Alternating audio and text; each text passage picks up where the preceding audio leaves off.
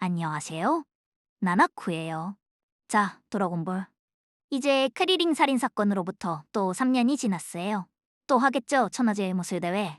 무천도사, 부로마, 오룡, 푸알 뭐 이런 애들이 먼저 와서 모여 있는데 웬 중동 사람같이 깨 입은 청년이 와가지고 아 반갑다 하면서 아는 척을 해요. 부로마랑 무천도사가 뭐야 이놈 누구야 이러고 있는데 이 청년이 손오공이었어요. 드디어 땅꼬마 신세를 벗어났어요 손오공이. 그래서 다들 되게 막 놀라는데 사실 손오공이 이제 부루마를 처음 만났을 때 14살이라는 언급이 있거든요. 그때부터 첫 번째 천하제일 무술대회까지 1년 정도 걸렸고 그 다음 크리링 죽었던 천하제일 무술대회까지 3년. 그리고 요번에 3년이 더 지났으니까 21살쯤은 됐겠죠 손오공이. 키가 좀 클 때도 됐어요 사실. 삐꼬로 대마왕이랑 싸웠을 때가 18살이었는데 땅꼬마였던 게 오히려 이상한 거죠. 뭐 아무튼 손오공도 왔고 야무치, 크리링, 천진반, 차오즈 얘네도 3년 동안 카린탑 갔다가 각자 또 흩어져서 무술대회 준비하다가 돌아왔어요.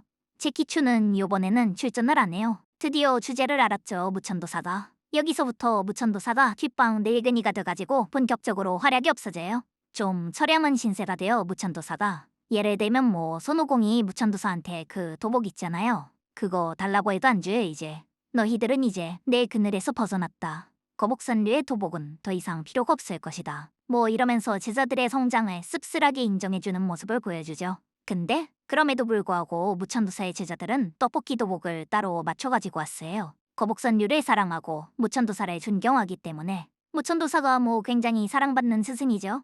아 여기서 짚고 넘어가야 되는 게 있는데 이때 손오공 꼬리가 영영 없어졌어요. 신이 무천도사가 옛날에 없애버렸던 달을 다시 만들어야겠다 이랬는데 손오공 꼬리가 있으면 또 원숭이 괴물 돼가지고 깽판 칠 거 아니에요. 그래서 신이 꼬리를 아예 재생도 못하게 없애버렸어요. 그래가지고 이제 앞으로는 손오공이 다시는 원숭이로 변신을 못하죠. 아무튼 그랬고 신이 저번에 얘기했던 대로 삐꼬루도 무술대회에 나타났어요. 천진반이랑 손오공이 삐꼬루를 알아보고 분위기가 되게 험악해졌는데 갑자기 되게 예쁜 여자애가 또 손오공한테 아는 척을 해요. 근데 손오공은 그런 여자 모른단 말이에요. 왜냐면 손오공이 여자랑 인연이 없는 인생을 보냈잖아요. 드래곤볼 찾아다니거나 무술대회 준비하거나. 부르마는 손오공한테 누나 같은 존재라서 여자라고 하기는 좀 힘들어요 사실. 아무튼 그래서 손오공이 못 알아보니까 여자애가 되게 화내면서 저쪽으로 가요. 그래가지고 벌써부터 트러블이 생긴 채로 대회 예선이 시작됐어요. 이제 천진반이 나쁜 짓에서 손을 떼긴 했지만 그 학선류의 근본이 어디 가지는 않아요. 또 대진표 조작을 해요. 차오즈 시켜가지고 예선부터 자기네들끼리 안 만나게.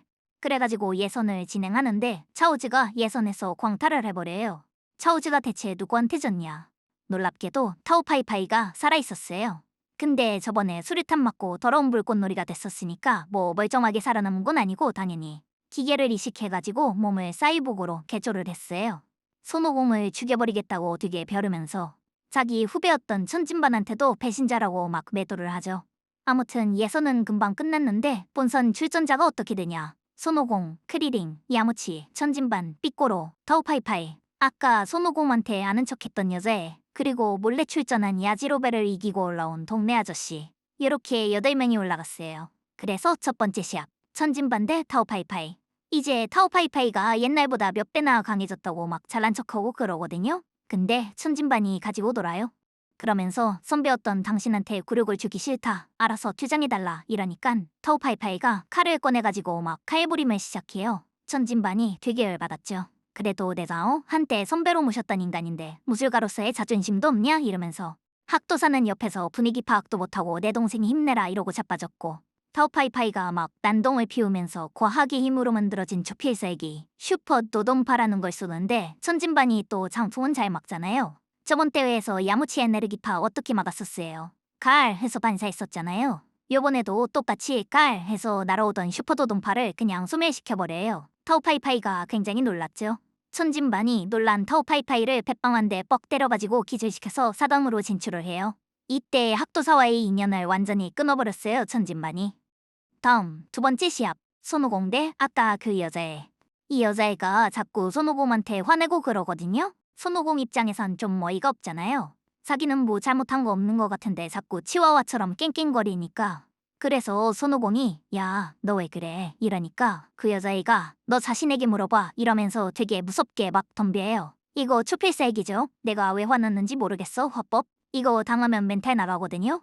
이거를 당하면 보통 자기가 뭘 잘못했는지 몰라도 아 그래 내가 잘못했다 이렇게 나온단 말이에요 보통. 근데 손오공도 보통이 아니에요. 손오공이 아 배째라 난 진짜 모른다 왜 그러는지 좀 알려줘라 이러니까 그 여자애가 폭탄 선언을 해요. 야 너는 나를 신부로 받아주겠다고 약속을 해놓고 어떻게 코빼기도 안 비출 수가 있냐 이렇게 얘기를 하거든요. 그러니까 손오공이 어? 내가 그런 약속을 했다고? 아니 난 지금 네가 누군지도 모르는데? 이러니까 여자애가 자기를 이기면 자기가 누군지 가르쳐준다고 해요. 그러니까 호로자식 손오공이 그래? 알았어 이래가지고 허공에 진심펀치 날려가지고 그 풍압으로 여자애를 링아웃 시켜버려요. 그래서 이제 약속대로 그 여자애가 드디어 정체를 밝히는데 이럴 수가. 이 여자애가 오마왕의 딸 찌찌였어요. 여러분 뭐 기억하고 있는지는 모르겠는데 제1차 드라곤볼 대수동 때 손오공이 찌찌 가랑이 팡팡 해가지고 나 이제 시집 다 갔다. 네가 책임지고 날 신부로 데려가라 이러니까 손오공이 그래 받아줄게 이랬던 적이 있었어요. 그게 대충 7년 전 일인데 그 약속을 아직까지 기억하고 있었던 거였죠. 근데 손오공은 그때까지도 신부가 무슨 먹는 건 줄 알고 있었어요. 최악이죠 진짜. 그래도 일단 자기가 약속을 한 건 사실이고 그래서 뭐 결혼할까? 해가지고 그대로 결혼. 개판이죠? 그렇게 무계획적으로 시작된 결혼 생활이 잘 풀리진 않아요 당연히. 전에도 말했듯이 찌찌가 굉장히 비참한 인생을 보내게 되지만 이 얘기는 나중에 천천히 하죠. 지금은 무술대회가 중요해요 무술대회. 세 번째 시합. 크리링 대 삐꼬로. 손오공이랑 손진바는 삐꼬로가 굉장히 위험한 상대라는 걸 알지만 크리링은 삐꼬로 대마왕 사건 때 죽어 있었기 때문에 잘 몰랐어요. 근데 크리링이 삐꼬로 상대로 의외로 잘 싸워요. 크리링도 3년 동안 놀고만 있었던 건 아니기 때문에 장외폐에 당할 위기에서 몰래 배운 학선류 무공수를 써가지고 벗어나기도 하고 심지어는 삐꼬로한테 한 방 먹이기까지 하는데 삐꼬로가 또 진심으로 싸운 게 아니었어요. 좀 처음부터 진심을 내줬으면 좋겠죠 슬슬. 아무튼 삐꼬로가 그 달심처럼 팔에 쭉쭉 늘어나가지고 진심 펀치 날리기 시작하니까 크리링이 아 안되겠다 해가지고 항복해버려요. 그 다음 네 번째 시합. 야무치 대 아저씨. 이제 사람들이 아저씨를 되게 막 무시하거든요. 예선도 되게 얻어걸리는 식으로 운빨로 통과했기 때문에 야무치가 지금까진 하필 제키춘이랑 손진반한테 잘못 걸려가지고 본선 1회전 광탈을 했지만 아 드디어 4강에 올라가 보겠구나 하고 있는데 야무치가 이 아저씨한테조차도 고전을 해요. 아저씨가 막 헛손질하고 자빠지면서 휘두른 다리에 얻어맞고 아저씨가 쫄아가지고 쪼그려 있는 데다 가랭이 부딪히고 뭐 그래요. 야무치가 관중들 앞에서 그렇게 천피를 당해가지고 굴욕적이었겠지만 그럼에도 불구하고 막 괜찮은 척을 하죠. 왜냐면 야무치는 잘생긴 쿨가이니까. 그러니까 이 아저씨가 티베깅을 시작해요. 아 이렇게 이겨봤자 이긴 것 같지도 않다. 우리 진심으로 좀 합시다.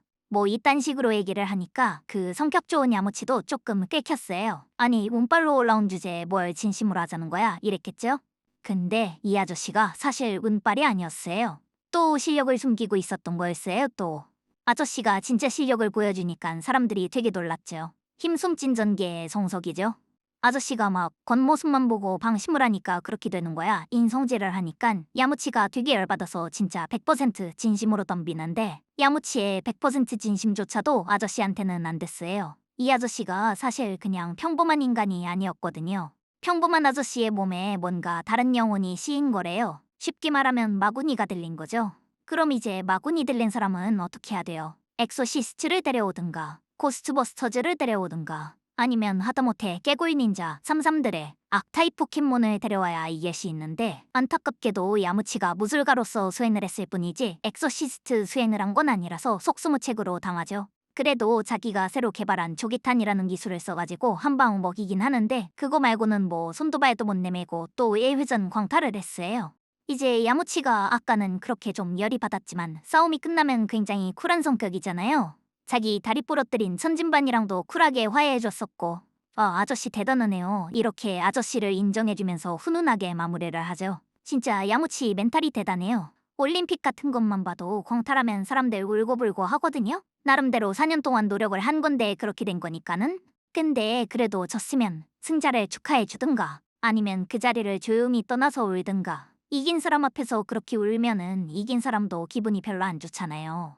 그래서 야무치의 모습이 이상적인 스포츠맨십이라고 봐요 나나코는. 야무치에게 있어서는 천하제일 무술대회 본선 1회전이라는 개념 자체가 인생의 라스트 보스인 것 같아요. 아무래도 야무치는 이번 천하제일 무술대회를 마지막으로 앞으로는 참가를 하지 않아요. 아직 무술가로서 은퇴를 한 것까진 아닌데 뭔가 느낀 게 있었겠죠? 이건 내 길이 아닌 것 같다 싶었을 수도 있고 뭐 흔히 있는 얘기죠. 나름대로 한 우물만 팠는데 성과가 안 나오면 포기하고 싶고 그러겠죠? 결과론적인 얘기지만 야무치가 이때 은퇴를 했어야 한다고 생각해요. 나나코는. 이때 은퇴했었으면 그 사건도 없었을 거 아니에요. 뭐 아무튼 광탈했어요. 불쌍한 야무치. 이제 4강전이죠? 손오공 대 천진반. 저번 대회 결승에서는 손오공이 아쉽게 졌었고 천진반도 자기가 실력으로 이긴 게 아니라는 생각을 하고 있었기 때문에 서로 저번 대회에 서력을 하겠다 이래가지고 막 박터지게 싸워요. 천진반이 엄청 빠르게 움직여서 손오공이 그걸 못 따라가고 천진반이 조금 유리한 그림이 나오거든요. 그러니까 손오공이 필살기를 써요. 어떤 필살기냐? 옷 벗기. 근데 그냥 옷 벗기가 아니에요. 손오공도 성장을 했기 때문에 옷 벗기조차도 다른 어준이 떠준이들과는 달라요. 무거운 옷 벗기를 써요. 손오공이 여태까지 되게 무거운 옷을 입고 싸우고 있었던 거였어요. 말하자면 전사독의 강철반스 같은 거예요. 그래서 손오공이 강철반스 벗으니깐 손오공이 더 빨라요 이제. 손오공이 진지하게 싸우지도 않아. 막 가지고 놀아요. 관객들 앞에서 천진반 바지 벗겨가지고 창피 주고 막 그래요. 그러니까 천진반이 흐지물르그 하면서 3년 동안 준비한 비장의 필살기 사신권이라는 거 있어요. 이 사신권이라는 게 뭐냐. 저번 대회에서는 팔이 4개가 되는 이상한 무슨 암내권법 썼었잖아요. 그거를 좀 더 개발을 해서 이제 몸이 4개가 돼요. 잔상이나 뭐 그런 게 아니라 4개가 다 본체예요. 그래서 처음에는 손오공이 조금 당황하는데 사신권에는 약점이 있었어요. 이제 안 그래도 눈이 3개라서 시력이 좋았던 천진반이 4명이 되면서 눈이 12개가 됐단 말이에요. 그죠? 그래서 태양권도 4배로 눈이 부셔요. 그리고 4명으로 나눠지면서 피지컬도 4토막이 났어요. 그래가지고 손오공이 한 명씩 좁혀가지고 장외로 던져버려요. 그렇게 해서 손오공이 결승전 진출. 4강전 두 번째 경기 삐꼬로 대 아저씨. 이 아저씨의 정체가 결국 뭐냐. 이게 시합이 시작되기 전에 나오거든요. 이 아저씨의 정체는 3년 동안 오공을 수련시켜준 신이었어요. 삐꼬로가 원래 자기의 일부였으니까 자기가 직접 처리를 해서 책임을 지겠다 해가지고 출전한 거였죠. 왜냐면 손오공은 삐꼬로를 이길 수 있을지는 몰라도 죽일 수는 없었기 때문에. 왜냐? 삐꼬로가 죽으면 신도 죽는데요. 원래 한 몸이라서. 근데 뭐 사실 말이 안 되죠. 삐꼬로 대멍 도나스 됐을 땐 왜 안 죽었는데 그럼, 그죠? 그래서 이거에 대해서도 얘기가 되게 많아요. 삐꼬로 대멍이랑 삐꼬로는 과연 동일 인물이냐? 맞다고 보는 쪽에서는 신이 안 죽었다는 것 자체가 동일 인물이라는 증거다. 아니라고 보는 쪽에서는 그럼 삐꼬로는 대마왕을 왜 아버지라고 부르겠냐? 이런 의견이 첨예하게 부딪히는데 나나코가 볼 때는요. 그렇게 토론을 벌일 만한 주제가 아니에요.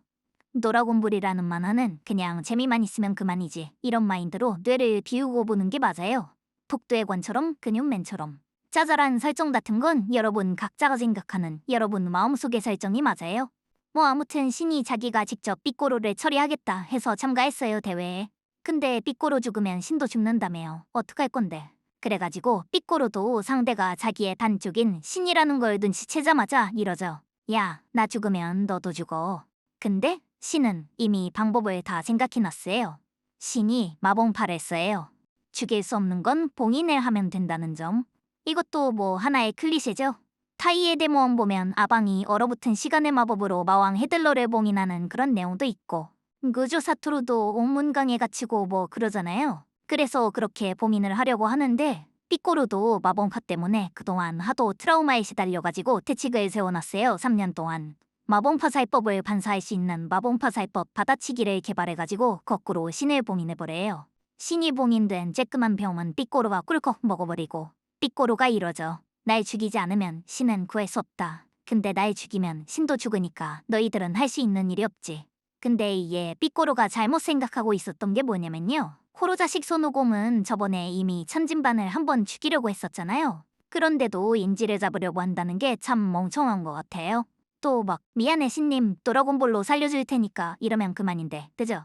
뭐 아무튼 이제 결승전 손오공 대 삐꼬로 둘이 이제 피지컬은 비슷비슷한데 삐꼬로는 초능력도 있잖아요. 삐꼬로가 팔도 늘어나고 맥가라빔도 있고 그래서 손오공이 조금 밀려요. 손오공은 완전 진심으로 싸울 수도 없단 말이에요. 예를 들면 손오공이 무슨 초에네르기파라고 새로 개발한 기술을 쓰려고 하는데 삐꼬로를 죽여버리면 신도 죽으니까 뭐 쏘지를 못해요. 반대로 삐꼬로는 막 싸울 수가 있죠. 삐꼬로가 관객들까지 다 죽여버리겠다고 기 막 모으면서 뭐 하려고 하니까 손오공이 아까 말했던 대로 미안해 신님 드래곤볼로 살려줄 테니까 이러면서 그냥 써버려요. 근데 삐꼬로한테 그렇게까지 큰 타격은 없었어요. 옷만 조금 찢어지고 말았지. 근데 삐꼬로가 되게 화났어요. 왜냐면 그 옷이 자기 아빠의 유일한 유품이잖아요. 이 호로자식 손오공이 자기 할아버지 유품만 되게 애지중지하지 남의 아빠 유품은 소중한 줄 몰라요. 되게 못됐어요. 삐꼬로가 열받아서 되게 커져가지고 손오공을 접했는데 손오공이 기지를 발휘해가지고 삐꼬로 입속으로 들어가서 신이 같이 있는 병을 세벼와요.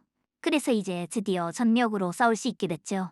삐꼬로는 손오공이 자기 은밀한 신체 부위에 그렇게 들락날락하는 게 되게 불쾌하니까 다시 원래 사이즈로 돌아오고 근데 그래도 손오공이 불리했어요.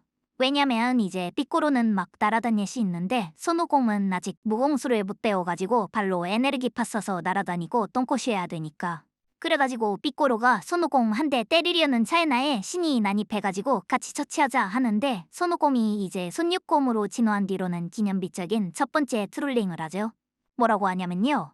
아직 승부가 나지 않았으니깐 방해하지 마. 야 삐꼬로 지금 나 때리려고 했는데 신이 막은 거지? 자 맞아줄 테니까 한 대 때려. 이랬거든요. 구경하던 사람들이 복장이 터졌겠죠? 근데 그래도 3년 전에 삐꼬로 내 마음을 물리친 거는 손오공이랑 무공술로 숟가락 얹은 천진반인데 천진반까지 혼자 싸우게 해줍시다 이러니깐 뭐 어쩌겠어요. 뭐라 할 수가 없죠. 손오공이 야 내가 이길 거니까 걱정 마 이러니까 삐꼬로가 옆에서 듣다가 떼켜가지고 무슨 짱센 유도탄 같은 거 쏘는데 손오공이 그거를 삐꼬로한테 잘 유도해가지고 반대로 삐꼬로를 빈사 상태로 만들어요. 삐꼬로가 팔이 한짝 걸레가 돼가지고 제대로 싸울 수가 없으니까 그 다친 팔을 뽑아가지고 순식간에 재생을 해요. 삐꼬로는 사지가 잘려도 순식간에 재생을 할 수 있는 도마뱀 체질이에요. 근데 뭐 당연한 거죠 reptilian이니까.